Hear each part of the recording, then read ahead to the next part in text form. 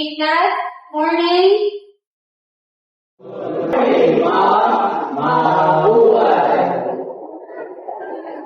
Okay class, before the mag-activity, isa'y makarita. What is hypothermia and what is hypothermia? Hypothermia happens when the body loses heat faster than it can produce. For example, tungtong kayo ka, then wala ka nag-wear of garments. Very good. Now, how about hyperthermia? Ma'am, hypothermia is when your body overheats tungkol sa dehydration o di kaya too much activity ang liver. Correct. Always remember to drink water, rest, and listen to your body. Now, let's go to the gym.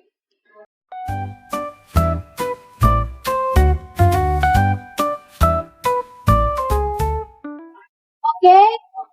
Before ka magsugod, mag-warm up ka para ma-avoid ang body cramp. Sagot? Yes, Okay, go.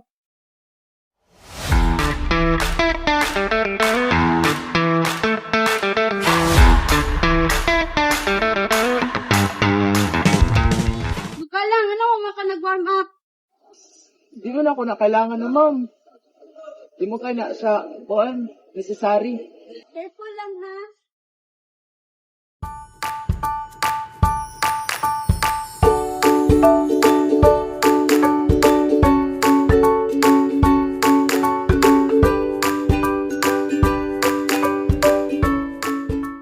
Ready na ba mga team 1 at team 2? Yes, ma'am!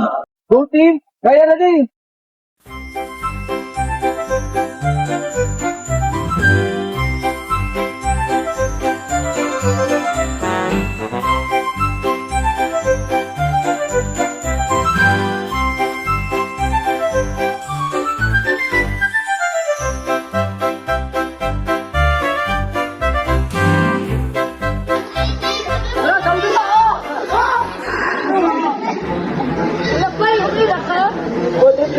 I'm tired. My vision's blurry and my legs are hurting.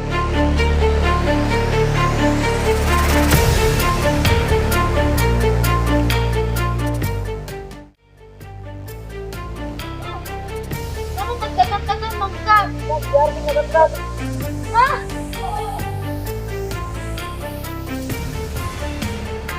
Ang dali kang dulap na sa guys space.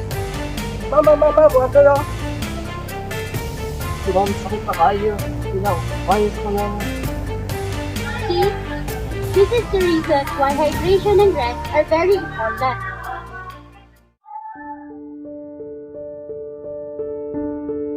Okay.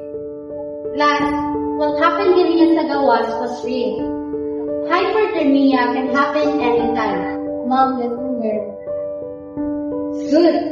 Always remember that prevention is better than cure.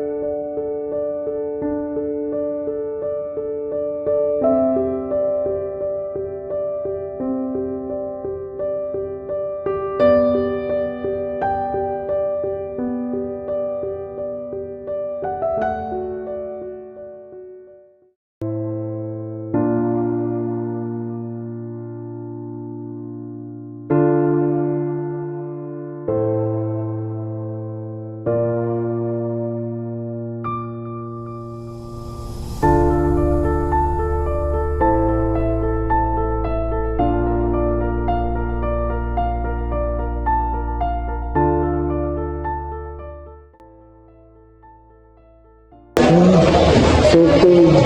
Pwede mo na kaya.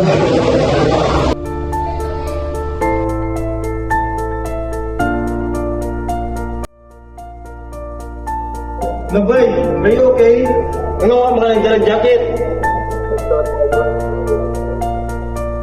I think sensitive ka sa mga.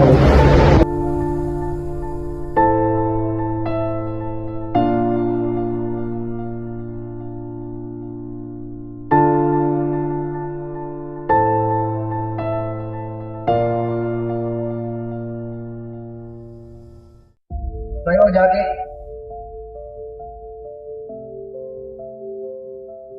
I can feel my finger in my mouth.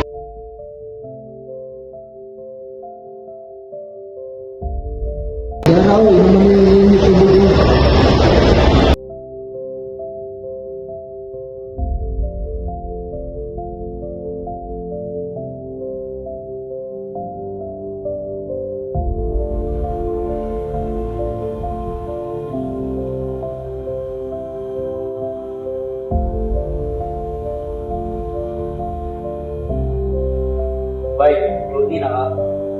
Bay. Lagog na tayo. Ang iya bigay sa'yo, painayan ang ko.